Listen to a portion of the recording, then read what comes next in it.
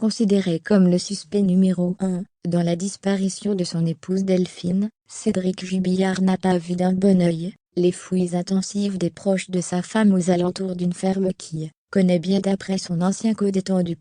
L'enquête dans la disparition de Delphine Jubillard, qui remonte à la nuit du 15 au 16 décembre 2021, a connu un tournant, avec des fouilles autour d'une ferme située non loin du domicile de la disparue et de son époux. Des recherches de grande envergure, qui sont menées avec l'appui des militaires. Ce qui inquiète fortement le suspect numéro 1, à savoir son mari Cédric Jubillard. Dans les images de BFM TV, on peut voir les moyens inédits mis en œuvre pour retrouver le corps de Delphine Jubillard, infirmière, et maman de 2 enfants, l'aîné Louis dont le témoignage est capital, et la cadette Lia. Les autorités s'intéressent de près à une ferme située à seulement 2 km du domicile des Jubillard. Malgré les contraintes climatiques telles que le brouillard et le froid, les forces de l'État espèrent que ces recherches apporteront des éléments de réponse, voir le corps de la jeune femme de 33 ans. Sur BFM TV, on apprend que cette ferme est évoquée une première fois par la compagne de Cédric Jubillard, Séverine. Cette dernière a pris ses distances désormais avec lui, l'accusant de l'avoir manipulé.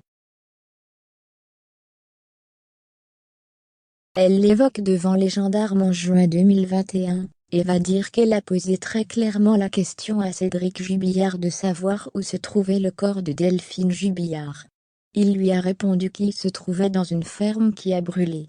Des confidences primordiales, appuyées par celle d'un de ses co-détenus, à qui il aurait confié avoir caché le corps dans un endroit qui avait brûlé.